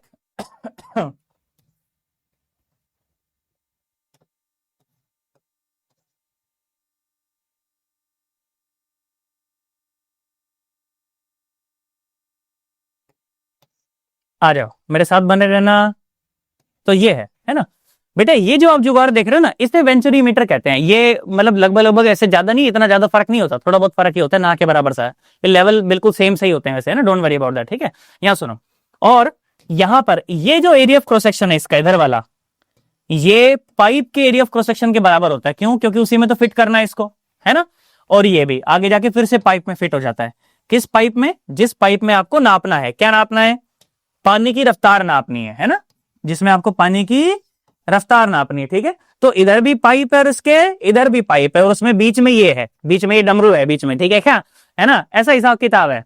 अब होता क्या है, होता यही है क्या कि भाई साहब पानी एंटर करता है इसके अंदर, यहां से, है ना, यहां से पानी इसके अंदर एंटर करता है और मुझे उसी की रफ्तार नापनी है कि कितनी रफ्तार से पानी इसके अंदर एंटर कर रहा है ना। उसके बाद यहां पर देखो एरिया ऑफ क्रॉस सेक्शन कम हो गया, तो एरिया ऑफ क्रॉस सेक्शन कम हो गया तो यहां तो रफ्तार भी ज्यादा हो जाएगी पानी की, है ना। यहां पर ऐसे, फिर ऐसे, यहां पर ऐसे बढ़ जाएगा फिर पानी, है ना, ऐसे। ठीक है क्या, इस तरह से। एक मिनट,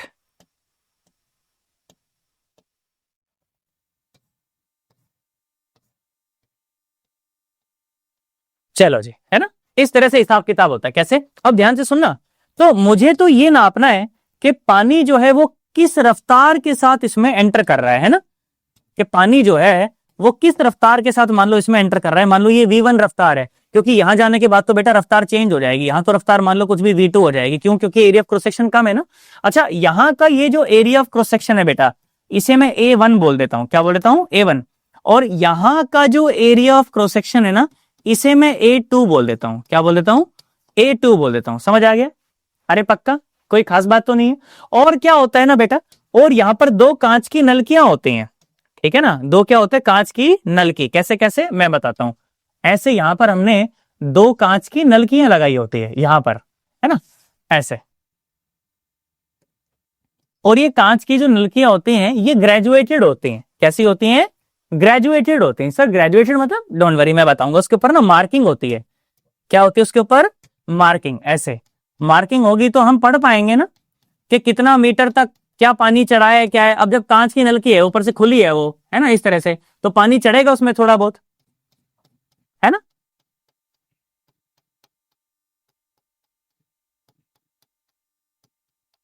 इस तरह से, ठीक है। अब सुनो, तो थोड़ा बहुत पानी तो उसमें ऊपर चढ़ेगा, है ना। ये तो खुला हुआ है, यहां से देखो, है ना, इधर कांच की नलकी फिट करिए ना, ऐसे ऐसे, समझ आ गया ना। कांच की नलकी फिट कर दी तो थोड़ा बहुत पानी उसमें अंदर ऐसे चढ़ जाएगा। बिल्कुल, हाँ सर, बात तो सही है सर, है ना, थोड़ा बहुत पानी तो सर जरूर चढ़ेगा, है ना। और इसमें भी थोड़ा बहुत पानी तो जरूर चढ़ेगा, और जो चढ़ेगा वो मैं नाप लूंगा, है कि नहीं। जो चढ़ेगा वो मैं नाप लूंगा और वो नापते ही बस मेरा काम हो जाएगा, है ना। देखो ये डिफरेंस आ गया दोनों के बीच में, ये यहां तक चढ़ा और ये यहां तक चढ़ा, सही है क्या, अरे पक्का। और जहां तक चढ़ा वो मैं आपको बता देता हूं, सुनो। मैं कह रहा हूं कि मान लो ये चढ़ा H1 हाइट तक पानी, ओके, ये H2 मान लो इसको, है ना, क्योंकि उधर है ना ये A2 वाला है, इसको H1 मान लो,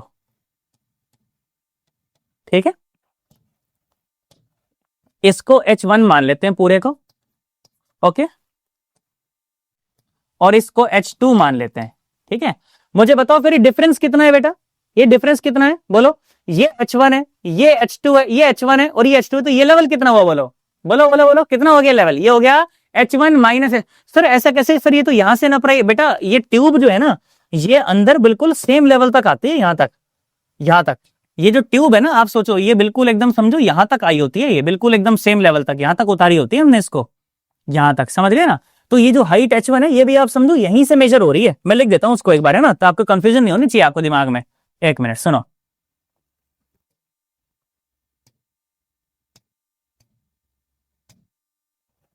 ले, है ना, दिमाग में किसी तरह की कोई कंफ्यूजन नहीं होनी चाहिए बेटा, है ना, ऐसे यहां तक ये H1 हो गई आपकी, ठीक है ना, ऐसे।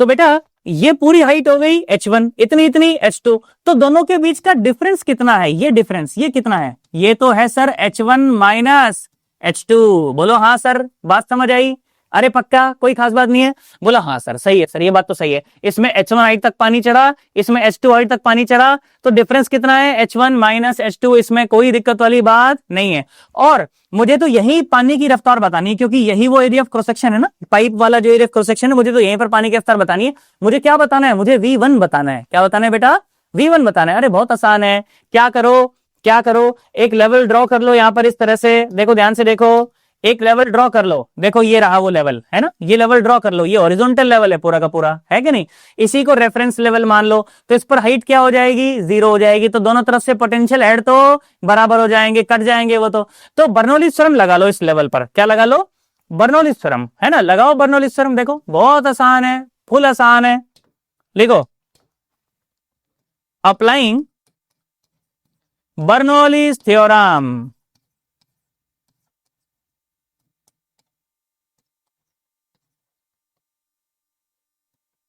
चलो बेटा बर्नौलीज थ्योरम लगाओ, यहां का जो प्रेशर है क्या लिखूं उसे, यहां का प्रेशर को PA लिख देता हूं, क्या लिख देता हूं, या PA लिखूं, क्या लिखूं, P1 लिख लो, है ना, यहां के प्रेशर को P1 लिख लो, यहां के प्रेशर को P2 लिख लो, क्या लिख लो, P2, है ना, समझ आ रहा है ना मैं क्या कह रहा हूं, यहां के प्रेशर को, एक मिनट, यहां के प्रेशर को क्या लिख लो, P2 लिख लो, ठीक है क्या, अरे पक्का, आ जाओ।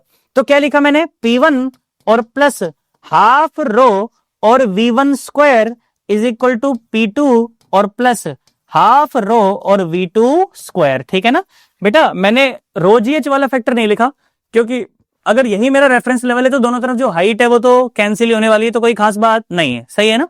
इधर आ जाओ बेटा, एक चीज और भी है, सुनो ध्यान देने वाली बात है ना, कि ये जो P1 है वाकई में कितना होगा, तो यहां का प्रेशर कितना है, यहां का प्रेशर है P0, कितना है P0, तो जब लिक्विड की गहराई में नीचे आओगे तो प्रेशर बढ़ता है by factor of rho GH, तो बेटा P1 कितना है, P1 है P0 प्लस रो G और H1, और बेटा जो P2 है वो कितना है, P0 प्लस रो G और साथ में H2। बोला हाँ सर बात तो सही है ना। इधर आ जाओ बेटा, ध्यान से सुनो, P2 को इधर लेकर के आ जाओ, V1 को इधर ले जाओ, तो ये आ जाएगा P1 और minus P2 is equal to half और रो और V2 का स्क्वायर और माइनस V1 का स्क्वायर। आई होप आपको बात समझ आ गई होगी, है ना।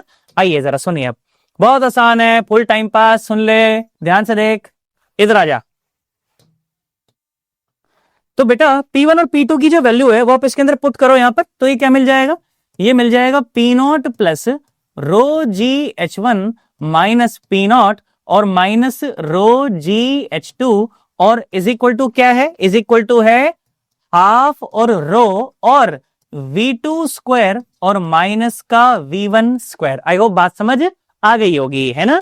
इधर आइए, सुनिए ध्यान से सुनिए, देखिए अच्छा लगेगा आपको। देखो P0 ने P0 को मार दिया, यहां से रो और G कॉमन आ जाएंगे और अंदर क्या बच जाएगा, H1 माइनस H2, और देखो सामने क्या बना हुआ है, 2 रो और V2 स्क्वायर और minus V1 square. I hope बात समझ आ गई होगी। इस 2 रो को नीचे, अच्छा रो से रो तो कैंसिल ही हो जाएगा यार, तो रो से रो तो कैंसिल ही हो गया, ये आ गया G/2 और साथ में आ गया H1 माइनस H2, जो कि मैं एक्सपेरिमेंटली मेजर करूंगा। ग्लास की ट्यूब है तो मुझे H1 और H2 पता चल जाएंगे, तो डिफरेंस भी पता चल जाएगा, कोई खास बात नहीं है। और सामने देखो V2 square minus V1 square, sir इसका क्या करूं, अरे बहुत आसान है, इक्वेशन ऑफ कंटिन्यूटी भूल गया क्या, वो तो लगनी पड़ेगी भाई साहब, वो तो सब जगह लगती है, क्या कि A1 V1 is equal to A2 V2। बेटा यहां से V2 की वैल्यू देखो कितनी आएगी, यहां से V2 की वैल्यू ये आएगी, क्या A1 V1 और डिवाइडेड बाय A2, ये आएगी आपकी V2 की वैल्यू। समझ आ गया? V2 को यहां पर आप पुट कर दीजिए बेटा, तो ये हो जाएगा A1 का स्क्वायर और V1 का स्क्वायर और डिवाइडेड बाय A2 का स्क्वायर और माइनस का V1 का स्क्वायर। आई होप आपको इतनी बात समझ आ गई होगी। यहां से जो भी V1 की वैल्यू आएगी वो सही है। क्या है देख, सुन ले मेरी बात। ये आएगा, सुन, A2 का जो स्क्वायर है वो इधर आ जाएगा, तो ये आ जाएगा G/2 और A2 और इसका आ जाएगा स्क्वायर, ठीक है, और साथ में आएगा H1 माइनस H2 और सामने कितना है बेटा, सामने है A1 का स्क्वायर और माइनस A2 का स्क्वायर और साथ में V1 स्क्वायर। सही है ना? मैंने बेटा एलसीएम लेकर के और मैंने A2 को इधर ही भेज दिया, A2 का स्क्वायर। तो यहां से देखो बेटा, V1 की वैल्यू कितनी आई, ये आई G/2 और A2 का स्क्वायर और साथ में H1 माइनस H2 और डिवाइडेड बाय A1 का स्क्वायर और माइनस A2 का स्क्वायर और ये पूरा का पूरा चला जाएगा अंडर द रूट। बेटा ये आपका आंसर है, ठीक है क्या? ये आपका आंसर है। अब आप सोचिए, A1 A2 आपको पता है, G आपको पता है, 2 का फैक्टर तो आपको पता ही है, और H1 माइनस H2 कैसे मेजर करेंगे? एक्सपेरिमेंटली मेजर करेंगे। मैं एक बार इसका आंसर एक बार चेक कर लेता हूं ना, फाइनल आंसर यही है ना? बिल्कुल भाई साहब, परफेक्ट आंसर है एकदम, है ना? बिल्कुल परफेक्ट आंसर, ये आंसर है ना? H1 माइनस H2 कैसे मेजर करेंगे? एक्सपेरिमेंटली मेजर करेंगे। और बाकी सारी चीजें तो हमें पता है, इवेंचुअली मीटर मेरा है तो A1 A2 मुझे पता है, G की वैल्यू भी मुझे पता है। तो वेलोसिटी निकालने में, वो वेलोसिटी जिसके साथ जो फ्लूइड है वो अंदर एंटर करा है, वो निकालने में कोई समस्या नहीं है। और सोचो यहां पर उसकी डेंसिटी भी नहीं आ रही, तो हर रोज अगर पानी की डेंसिटी चेंज भी कर रही हो, उसमें कुछ और मिलके आ रहा हो, कुछ भी आ रहा हो, भाई साहब हमेशा पानी की रफ्तार यही रहेगी, हमें ये फॉर्मूला रहेगा हमेशा के लिए, इसमें कोई टेंशन वाली बात नहीं है। आया थोड़ी है ये आ गया है, आ गया है क्या? आना चाहिए अपने को, है ना? ये बात है। तो आई होप आपको ये बात तो समझ आ गई होगी, इसमें तो कोई परेशानी वाली बात नहीं है। सही है? पक्का एकदम? क्या मैं समझू, हमें आज का लेक्चर बिल्कुल एकदम अच्छे तरीके से समझ आया है? आना ही चाहिए भाई साहब। नहीं आया तो नीचे कमेंट करके मेरे को बताना यार, मैं किस लिए हूं भाई साहब, तुम्हारे लिए तो हूं, तुम्हारे लिए जीते हैं, तुम्हारे लिए मरते हैं भाई साहब। 110% ये बात मैं दिल की गहराई से बात कर रहा हूं, मेरी बात बिल्कुल एकदम सही है, एकदम समझ आ रहा है? बच्चों के लिए भाई साहब, मेरा तो पूरा जीवन बच्चों के लिए है भाई साहब, समर्पित बिल्कुल एकदम हर तरीके से, है ना? चलिए, तो अगर समझ आया हो तो वीडियो को लाइक जरूर करेंगे, चैनल को सब्सक्राइब नहीं किया हो तो चैनल को सब्सक्राइब कर देंगे और वीडियो को अपने दोस्तों के साथ भी शेयर करेंगे, ताकि आपका दोस्ती का धर्म पूरा हो जाए और थोड़ा सा भला मेरा भी होना चाहिए, ताकि मेरे को मोटिवेशन रहे आपको और ज्यादा और ज्यादा और ज्यादा पढ़ाने के लिए। बोलो बात समझ आ गई? अरे पक्का? चलो बाय बाय, टाटा।